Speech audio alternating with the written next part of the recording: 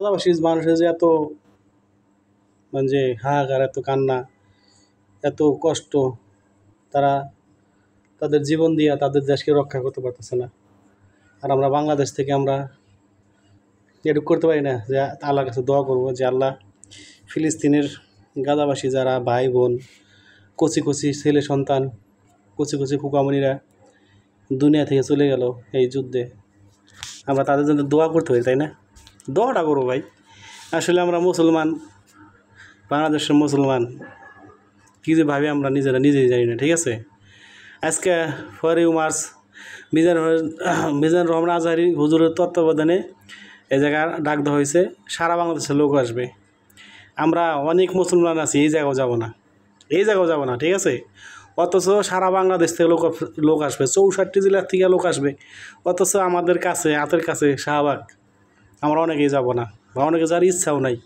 ইচ্ছা থাকলেও ইচ্ছাও করে না যে যায় শুধু স্লোগান দেবো, মিছিল শরীর হবো, আল্লাহর কাছে বলতে পারবো। আল্লাহ যদি ধরে যে তোমরা কী করছো, কিছুই করার নাই ভাই। যদি আল্লাহ আপনাকে ধরে, আপনি কোনো জবাবই দিতে পারবেন না।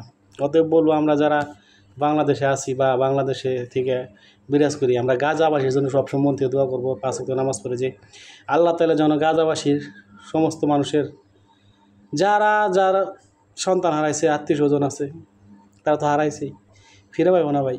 এই জন্য আমরা দোয়া করবো আল্লাহ তাআলা যেন তাদেরকে জান্নাতুল ফেরদৌস নসিব করেন এবং কি শহীদি মৃত্যু দান করেন, শহীদি মর্যাদা দেন। এগুলি আমরা করতে পারি, ঠিক আছে? আসলে এই জায়গা ভাই কতটা কষ্ট লাগে যে আমরা মুসলমান, অথচ মুসলমান হইয়া মুসলমান দোয়া করি না ভাই, ঠিক মতো নামাজটাই আমরা পড়ি না। আমরা মুসলমান, শুধু নামে মুসলমান, বাবা মুসলমান, দাদা মুসলমান, দাদি মুসলমান, আমি মুসলমানের জন্ম হয়েছে, আমি মুসলমান।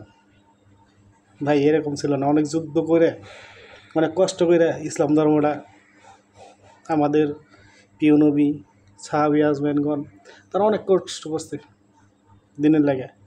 অথচ আমরা রেডিমেড মুসলমান, তো আমাদের দরদ নাই এটার লেগে।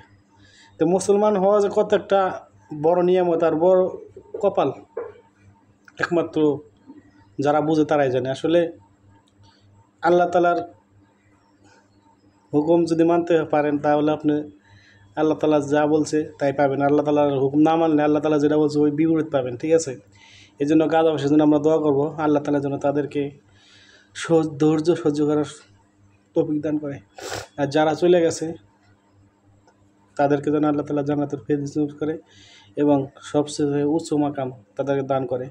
আমরা এছাড়া কিছু করতে পারবো না ভাই। বাংলাদেশে থাইকা কি আর করতে পারি? দোয়া করতে পারি। আর হয়তো ভাববেন অনেকেই যে আমরা অভিনয় করি। আরে ভাই, অভিনয় যদি সবটাই হয়, বাস্তব কি?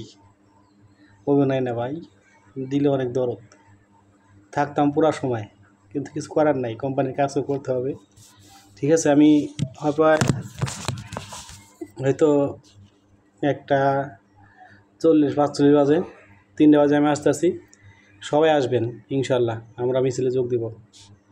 আল্লাহকে দেখান ভাই, ধরা খেয়ে যাবেন ভাই। এই গাজাবাসীর জন্য যদি আপনারা না নামেন না, ধরা খেয়ে যাবেন আল্লাহর কাছে।